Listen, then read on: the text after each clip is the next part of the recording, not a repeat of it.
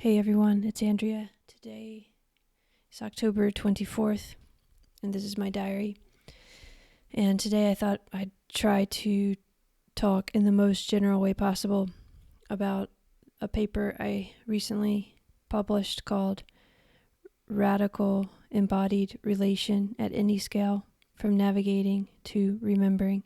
But if you are a philosopher or a neuroscientist, you might find this incredibly general. So I just want to try to talk it through in the most general way possible because I've been asked to try to do that, and it's actually quite hard. And this probably will just be the first try. I'll probably keep trying.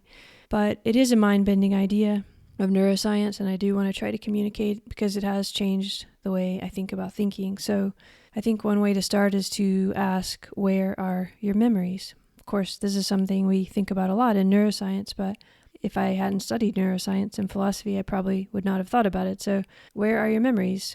How can you find them? I mean, seriously, like think about your birthday, last birthday, or the first day you went to school, or what you had for breakfast, and try to ask yourself, where is that? And you're probably thinking it's in my brain, it's inside my head, and that's fine. That's what most of us assume, seems obvious, but actually it's not. And that's kind of the point. Really realizing it is a way of really coming to think of yourself and what a self is and what life is really in a different way. But let's not get too big. So let's just think about this paper and what it's saying on the most obvious level, which is it starts with this idea of a polo shirt. Have you ever thought about the collar of a polo shirt? You know, these kind of polo shirts where we all wear them and they have these collars that fold down, and we never really think about what that is for. But one strand that got us to these polo shirts is literally from being able to turn the collar up so it protects your neck from the sun, because you need that if you're, for example, playing polo. So, that's a very obvious thing, but if you haven't thought about it, it's not obvious. You don't know it. You don't think about, oh, wow, yeah, I could just turn the collar of my polo shirt up and it protects my neck from the sun. So in a way, what this video is saying is kind of obvious like that, but it's also this thing that we never think about. So Hegel, which is one of my favorite philosophers, talks about how what's most familiar is precisely because it's most familiar what is unknown. So in a way, we assume these familiarities and they're unknown to us. Whitehead says it a different way. He says that it takes a very unusual mind to assess the obvious, or something like that. I'm paraphrasing here, but this is kind of the idea here that noticing, which is something I talk about a lot, being aware, is really a practice in experiencing the world differently. And often, we might walk down the street and not see what's most obvious there, and what's most obvious there might also be a way to feel better about the world. But that would be another subject. So let's stick with memory. So for a long time, over a century, neuroscientists have been looking for memories in that way that I expressed. Where is it? What is this? Where are our thoughts? Where are our memories? What's going on? And we had this picture in our minds that they must be stored somewhere. That's still how we talk about it. Storage. The memory is stored somewhere, almost like it's a little filing cabinet or data on a hard drive or whatever, and you can go find it. One word you may have heard or may not is engrams. We look for these engrams, E-N-G-R-A-M, or traces, or some people call them hieroglyphs when they're not being generous. But in any case, looking for these memories in the brain, it can feel like we're looking for little forms or something inside of our heads. But the more we look for them, the more we scan brains and take pictures, the less we actually can be sure they are there, which is weird because we get all these pictures which we've created so as to make it look like they're there. So you've probably seen these fMRI images and other sorts of images, which are images, but we sort of forget. So what we've done is look for something and take a picture of a snapshot of some activity that we've been looking for. which I won't go into the weeds there, but I'll try to give you kind of an analogy. So imagine we're trying to understand the weather, which we do. So we create a weather map, and we create things like temperatures and pressure systems and cloud symbols and sunshines and all these things to represent the weather itself. And maybe we see it on a computer screen or on our phone or on the TV. And in a way, that's the weather for us. But of course, it's not the actual weather. The weather is ongoing. It's a process we're trying to understand. So you don't find the number 70 degrees in the weather, but the number 70 degrees helps you understand the weather. So it's a little bit like that, the way we've been using these words, such as representation or even memory, which comes from William James. But the 70 degrees is on your map. It's on your TV, it's on your phone, but it's not the weather. And yet it's incredibly useful, incredibly important. It's a way for us to communicate about this shared experience of the weather and to get a sense of how to predict it or how to talk about it or how to compare it over time. So really it's a way of communicating about what's happening in the weather. So the weather is just doing its thing, it's being weather, and the number, like 70 degrees, is the representation of it. So try to imagine we use memory like that, the word memory, not the experience of memory. It's something that's very helpful, very important, telling us a lot of rich, wonderful, communicative stuff, but it's not in the process any more than 70 degrees is in the weather. Now, that's a bit of a head trip, especially when we try to think about our thoughts and memories. So don't try to figure it out too much, but just understand that our thoughts and memories are very real. And they're also not things that are located in our heads. Instead, they're more like communications we're having with the world and with ourselves. So in the same way we've been looking at these brain scans and fMRI images and so on, we sort of confuse what we see on those with what's actually in the process. We really sort of, it's this obvious thing again, which we just haven't thought of because it's so familiar. And we sort of assume those images are actually somewhere to be found, even though if you really ask most neuroscientists, of course, they will tell you you're not going to find something like a little form in the brain or any kind of storage in any sense of a file cabinet. But we still talk like that in a lot of our papers. So this is what this paper I wrote is sort of addressing. And it might sound like it's not important, but it actually structures so much because our language and the things we assume there and the obvious really and the most familiar keeps us from actually seeing what could be the opening into a different understanding of what memory, what remembering and living and being really are. Not the words, but the process those words point to. So where does the solution come from? One very wonderful part of the brain that's very helpful is the hippocampus, which I do talk about a lot. And it's this little area of the brain that looks like a seahorse. And it's in the middle of your brain. And it's the green part here and these little videos. And it's going to help us, I think. All the research that so many wonderful people have been doing for many decades on this area of the brain is helping us to understand some of these ideas I've been telling you about.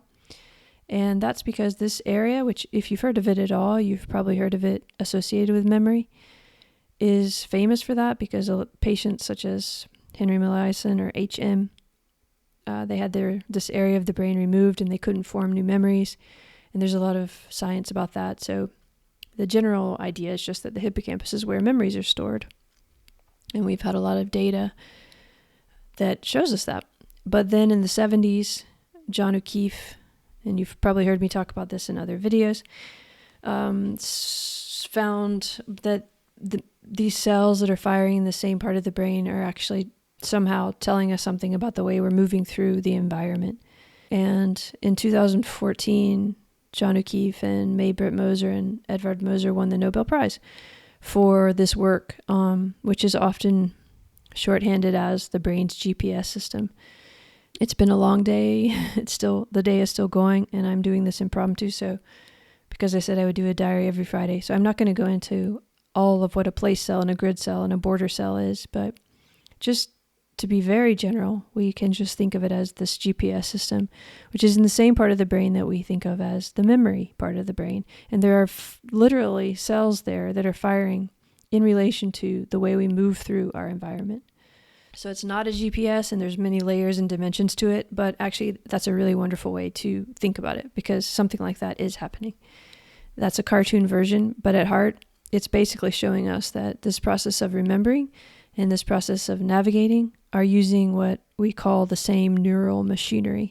Of course, it's not a machine, it's a process, and it's not parts, but that probably is more familiar language to you to think of it as the same cellular neural machinery, so to speak.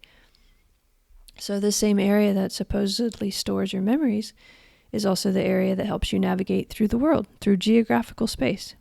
And you have place cells, grid cells, or at least we've been able to identify cells that fire like those, with those regularities. So that's interesting. Memory and navigation maybe aren't two different things the way we thought. If you look at the literature, that's starting to become something people don't think is a crazy idea anymore, and that sometimes they even forget that they ever thought that memory and navigation were so different. But again, that would be getting into the weeds of hippocampus research, but navigation is physical. It's you moving through space. And perhaps memory or remembering is, or even thinking, is something like that too. It already probably makes a lot of sense to you. We already talk about the way that we move through our thoughts. So it's already a very natural way for us to imagine our thoughts, also our emotions, all that stuff that's part of cognition. So it's not mental versus physical, or even past versus present, or even memory versus imagination, or thinking mental versus what's moving and physical. Those have seemed like really different categories. And they do tell us different things. They're not resolvable into each other. However, actually, maybe they're discussing a shared process. So that's the hard thing to sort of get, because you have to hold the paradox of it being not what you thought and what you thought at the same time. And it's a bit awkward. I mean, it's like, what if they're more like these measurements or assessments of different parts of the same process? Like we're measuring the wind and the rainfall, even though that's the weather. And we think they're separate, and they are separate because we can't see them all together. Or we do. I mean, we experience them all together. But anyway, this is kind of an awkward comparison. But the point is just that you can't really separate the wind and the air from the rain. You could take the water, I guess, out of the air or something like that. But then you have it's not the weather, right? So I could probably come up with a better example, but that's what's coming right now. The big insight, though, and what's emerging in recent research is that we have all these dimensions going on in the way that we are making our way through the world, the way that we're just being able to stay alive by moving through all that we encounter. And that's physical and geographical, literally, how we move through, our house and get to the grocery store. But also it's like moving through conversations, moving through emotional landscapes, moving through the book we're reading. I mean, all of this is, I'm generalizing, but when you're remembering something, think about, remembering where you parked your car, or retracing your steps. I came in through the north entrance, I walked past the food court, I turned at the Macy's, whatever. You're navigating through a mental space. You're moving from landmark to landmark, just like you would in physical space. And those aren't separated. They're actually, they co-created each other. Or think about remembering a story, and you remember it sequentially. This happened, then this, then this. You're navigating through a timeline, but you're not, it's. So one image I keep coming back to is that it's like two different paths to the same lake. So when we're trying to understand, how the physical body moves through space, that's one way of understanding this cognition, this way that we are cognitive beings. And another way might be when we're trying to understand how we move through experiential understanding of ourselves as humans who have had these experiences of moving through space, which you might be able to call remembering. So it gets a little wild there, and looking for, memory engrams, looking for navigation engrams, doesn't make a lot of sense once you kind of get there. I mean, you wouldn't look for a little form in your brain that, well, I won't go into all that, but basically when you navigate your cells, your grid cells, your place cells, they're firing differently depending on the context that you're in, but they're also firing according to all the regularities of all that you've ever experienced before. And so is memory. It's happening too. But again, we wouldn't say they're the same thing. However, we are discussing a process that is mysterious and wonderful and that we're trying to know, and it's the same process. So representations aren't stored in any one place. They're patterns that emerge. Well, they're not even patterns. They're the way we communicate about the patterns that we notice between our body and our environment. And that includes the brain. So the brain and the body and the environment, everything around us, everything we're moving through. That's true for navigation, and it's true for memory too. So if the memories aren't stored in our brain in a filing cabinet, then where are they? They're communicative. They are the communication, just to put it in really stark terms. You can think of them the way we think of the weather map analogy, I guess, that I said earlier. So when we study the weather, we don't look for representations within the weather. We create representations like weather maps or whatever to help us communicate about what we observe. I'm drawing on Wendy Parker's work a little bit here, but so the map is real. It's useful. It helps us understand in that context and predict, but it's not a picture of something that exists in the weather itself. It's not that we can take these things out of the weather, the 70 degrees or whatever. And that might be true for these other subjects too. Memory, we do an fMRI scan, we create a representation that helps us communicate about that neural activity. It's real, it's incredibly helpful, it's useful, but that representation is a picture. It's not something we're going to find in the brain. And when we look for them in the brain, we've confused something, and we're wasting our time a little bit. But we're not wasting our time to be doing all of these images and to be studying this process. So memories aren't things you have. Let me just say that. They're processes you do. They're processes you share and that you elicit from the world and with the world, and that the world elicits from you. They're communications between yourself and yourself and the world. And everything that you encounter, you're creating this all the time. These memories, this most intimate part of you, this interaction of your embodied self and your environment. So this is getting into the tradition of radical embodied cognition, which is a really interesting, wonderful tradition, which I just going to put some links to in the show notes because my voice is almost gone again at the end of the day. And it's a wonderful tradition where memory isn't in your head, and it's not any more than navigation is in your legs, let's just say. And a lot of the stuff I've talked about with ecological psychology and even 4E cognition is really connected to that tradition of radical embodied cognitive science. Tony Chimero has a great book I highly recommend, and I'll put that in the show notes. So they're both whole body, whole environment processes, navigation and memory, and we're parsing them differently depending on what we're paying attention to, and those parsings can't be resolved into one another. So I know that's a lot, it's too much, and honestly it's pretty tough, but if you really start to kind of get it, it's actually much more simple than the way we're looking at it right now. And there's not some mysterious mental realm where memories are floating around and you have to find them. However, the world itself is much more awe-inspiring than we might have thought. So there's this dynamic interaction that is us, and that is all that we encounter, and that is memory. And that's pretty crazy, really. Much crazier than we've been able to handle till now. But I think we are learning how to find other ways to think about ourselves as multiplicities in this way. and to understand all these processes are ongoing and layered and happening at once, even if we have to separate them out with our words and study them the same way we need 70 degrees to talk about the weather. So I think that's enough for now.